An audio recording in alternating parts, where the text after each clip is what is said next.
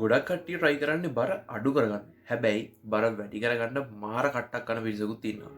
ඉතින් වැරදි විදියට මහත් වෙන්න ගිහින් ලෙඩ හදාගන්නේ නැතුව හරි විදියට නිරෝගීව මහත් වෙන්නේ කොහොමද කියලා මම අද මේ වීඩියෝ එකෙන් ඔයාලට A to Z ගයිඩ් එකක් දෙනවා. ඉතින් වීඩියෝ එකට යන්න කලින් ඔයාලගේ සෙට් එකේ මේ වීඩියෝ එක අදගත්තේ කියලා ඉතින් යාළුවෙක් ඔයාලට ඉන්නවනම් එයත් එක්ක මේ වීඩියෝ එක ෂෙයා කරගන්නත් අමතක කරන්න එපා. එහෙනම් අපි යමු වීඩියෝ එකට. ඔයාලට කියන්න මීට අවුරුදු ගානකට කලින් ඔයාලා වගේම මාර කට්ටක් කෑවා මගේ ඇඟ සයිස් කරගන්න. ඉතින් ස්ටෙප් නම්බර් 1 ඔයාලා මුලින්ම කරන්න ඕනේ ඔයාලා කෑම ගන්න විදිය වෙනස් කරන්න ඕනේ.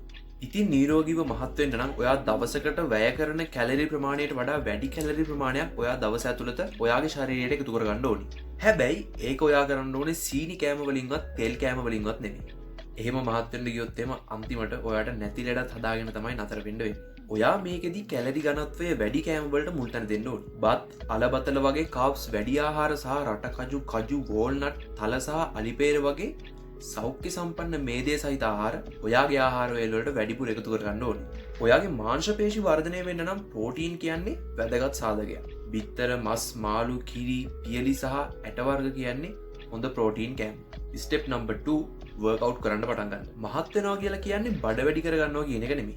ඔයාගේ ශරීරය ලස්සනට හැඩට මහත් වෙන්න නම් ව්‍යායාම කියන්නේ අත්‍යවශ්‍යම සාධකයක්. ජිම් එකකට ගිහිල්ලා බර උස්සන ව්‍යායාම වලින් සහ කාඩියෝ වලින් ඔයාට මේ දේ ලේසියෙන්ම කරගන්න පුළුවන්. ලේසියෙන් කරගන්න පුළුවන්? නෑ. ඔයාට මේකට ගොඩක් මහන්සි වෙන්න වෙනවා. ඒ වගේම තමයි ඔයාට කාලයක් ඉවසන්න වෙනවා. ජිම් එකකට ගිහිල්ලා වර්ක්අවුට් කරන එකයි හරියට ඩයට් එකක් ෆලෝ කරනවා කියන එකයි පොඩ්ඩක් සංකීර්ණ කතාවක්. අපි ඒක වෙනම වීඩියෝ එකකින් කතා කරමු. ස්ටෙප් නම්බර් 3 ඔයා ඔයාගේ ප්‍රධාන ආහාර වේල් තුන ගන්න කලින් වතුර බොන එක නවත්තන්න. කෑම ගන්න පැය භාගයක් ඇතුළත වගේ වතුර බොන එකකින් වෙන්නේ ඔයාගේ බඩ පිරීලා ඔයාට හරියට කෑම ගන්න බැරි වෙන එක. ඒ වගේම තමයි ඔයාට පුළුවන් පළතුරු යුෂ, මිල්ක් ෂේක්, ස්මූති වගේ වැඩිපුර කැලරීස් තියෙන ආහාර ඔයාගේ ශරීරයට එකතු කරගන්න.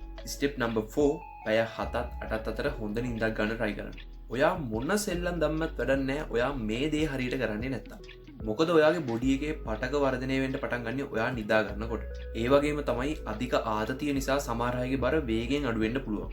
ඒක නිසා හැම වෙලාවෙම මනස සැහැල්ලුවෙන් තියාගන්න try කරන්න ඕනේ. ස්ටෙප් නම්බර් 5 ක්ෂණික ආහාර සහ අධික පැණි රස කෑම කාලා නම් ඔයා මහත් වෙන්න try කරන්න තියා හිතන්නවත් එපා. එහෙම කරන්න ගියොත් එම ඔයාට කවදාවත් තිබෙන්නේ නැති බඩකුයි කවදාවත් තිබෙන්නේ නැති ලෙඩයි හදා ගන්න පුළුවන්.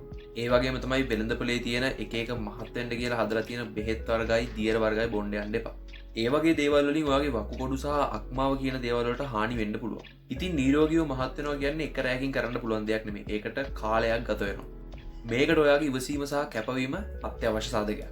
ඉතින් ඔයා මේ වීඩියෝ එක මේ වෙනකම් බලුවා නම් මම subscribe කරලා නැත්තම් මම දැම්ම subscribe කරලා මාත් එක්ක දිගටම set වෙලා ඉන්න. ඒ වගේ මේ වීඩියෝ එක හොඳයි නම් like කරලා comment කරන්නත් අමතක කරන්න එපා. එහෙනම් good luck.